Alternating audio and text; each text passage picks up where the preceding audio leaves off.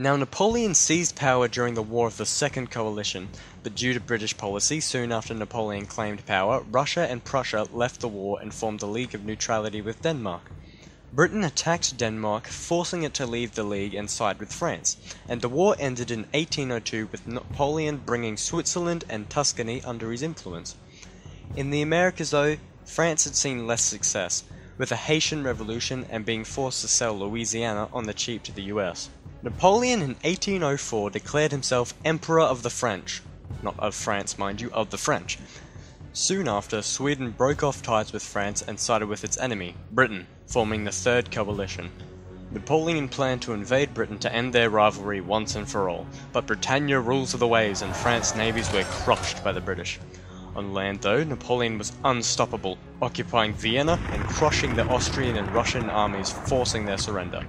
The Holy Roman Empire was dissolved, the Italian peninsula was unified as the Kingdom of Italy under Napoleon's control, and he reorganized the German states into a more manageable Confederation of the Rhine. Napoleon's conquering of the German states worried Prussia, who formed the Fourth Coalition in 1806. This time Austria wasn't having it, and retired to neutrality, allowing Prussia to be swiftly defeated in a year.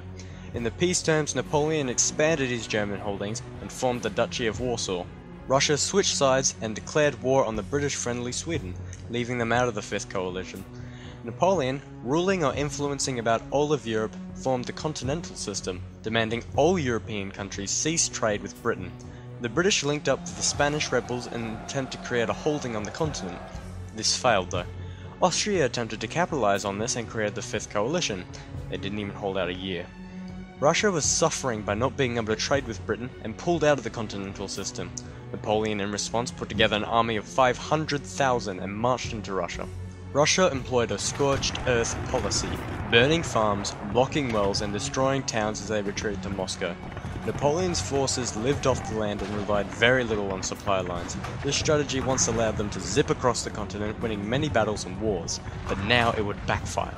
Napoleon reached Moscow and it was burning. His forces entered the barren city and waited for a Russian surrender that would never come. His army retreated in the Russian winter on the same path they came, and many of his soldiers died in the snow. The Russians pursued Napoleon's armies, and other nations saw this as a chance to rise up. The Sixth Coalition was formed and Napoleon was defeated at Leipzig in 1813, and the coalition's forces pushed into Paris. Napoleon was exiled to an island near Italy, but he escaped. He returned and amassed an army of loyal supporters. Sometimes French armies would be sent to apprehend him, but they refused and defected upon witnessing him. The Seventh Coalition was formed in response. Napoleon planned to defeat his enemies at Waterloo and from a position of power sue for peace. Unfortunately for Napoleon, his plans failed and the British and Prussian forces in Waterloo defeated him. He was exiled to St. Helena in the Atlantic Ocean, where he died. The coalition restored the Bourbon monarchy and placed Louis XVIII, Louis XVI's younger brother, on the throne. What happened to Louis XVII, you may be asking? He was the 16th son and died in prison at age 10 in 1795.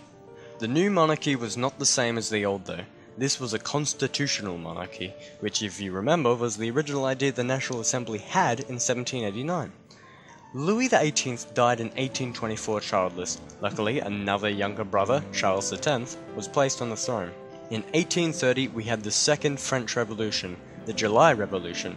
It was successful, but oddly enough did not put in place a Second Republic, but instead placed Charles' cousin, the Duke of Orleans, Louis-Philippe I, on the throne. Not 2 years later, in 1832, we witnessed another rebellion. The economy was poor and disease bewitched the lower socio-economic classes, as it does. With the death of popular politician Jean-Maximilien Lamarck, his funeral served as a catalyst for the June Rebellion, canonized in the climax of Les Miserables. If you've seen or read Les Mis, you'll know this rebellion was unsuccessful, so it is not given the title of the Third French Revolution. For the third one, we'll have to go to 1848, which removed the monarchy and introduced the Second Republic, and had the popular election of Napoleon's nephew, Napoleon III. So surely we're done. The Second Republic is the France we have today. No, because old habits die hard, and in 1851 Napoleon III declared himself Emperor. To get to the Third Republic, we'll have to fast forward to 1866. Otto von Bismarck, President of Prussia, made so by King Wilhelm I, was leading the movement of German unification. Thanks to Napoleon's reorganization of the German states, this unification was made possible. Bismarck had turned on his earlier ally, Austria, and crushed them to take all of the northern German states under Prussian control. To unite the southern states, he would have to eliminate French influence in the region. Napoleon III wished to curb this Prussian threat and restore prestige to France on the continent. In a way, he wished to live up to his uncle. Due to a vacant throne in Spain, there was a chance of a Prussian-Spanish alliance. Napoleon III demanded that King Wilhelm make sure this not happen. Wilhelm would have complied had Napoleon not also demanded a letter of apology. Wilhelm allowed Bismarck to edit and publish this letter of demands in Prussia, and the people were furious. Bismarck continued to taunt the French, knowing that if they declared war, the South German states would most likely join Prussia.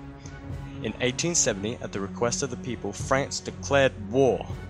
Prussia unified the German states and the North German Confederation to fight. Due to Bismarck's focus on military advancement, the French had no chance. The French army was crushed at the decisive Battle of Sedan, and Napoleon III himself was taken captive. When this news reached Paris, rebellion spread across the city, and the Third Republic was formed. The Prussians reached Paris and laid siege to the city. The new government minister managed to escape Paris by balloon, and set about forming a new army from their provisional capital in Tours.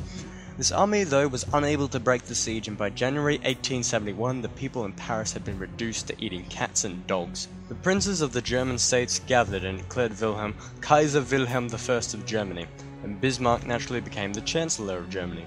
Paris fell shortly after, and the two sides met to discuss peace. Unhappy with the terms, the Paris Commune, a revolutionary socialist government, took power in Paris. The Third Republic defeated the Paris Commune and took back the city as the capital in May. The Third Republic was left in power as a transitional government and was forced to pay reparations and cede land to the German Empire. The French never forgot this defeat, and the ideology of revanchism, literally revenge, began, and dominated French foreign policy for 40 years. This is why France became an ally to Britain and Russia despite historically being their rivals. But it is also part of why we had World War I and the subsequent wars of that. So there we have it. The Third Republic, formed in defeat and supposed to be temporary, was ironically the republic that lasted. Well, until World War II, when Germany occupied France and formed Vichy France and the other subsequent... Don't worry about it. The ideas and actions of France that happened in this time period still largely affect us to this day, and to discuss their entire impact, well, it might be too soon to say.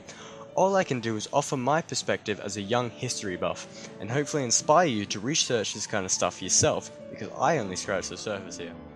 Thank you all for watching. I've been thoroughly surprised with the response the first episode received, as I was only expecting about 15 views. I'll keep trying to find the time to make these videos and put effort into them. Luckily enough, I have a holiday currently, but as school begins again, I can't promise these videos to come out as regularly as they do. So hopefully my viewer base will be able to tolerate this and stick with me. A big thank you to the people at Our History as well.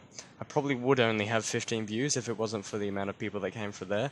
And I'm going to stop waffling and just end the video here. Thank you.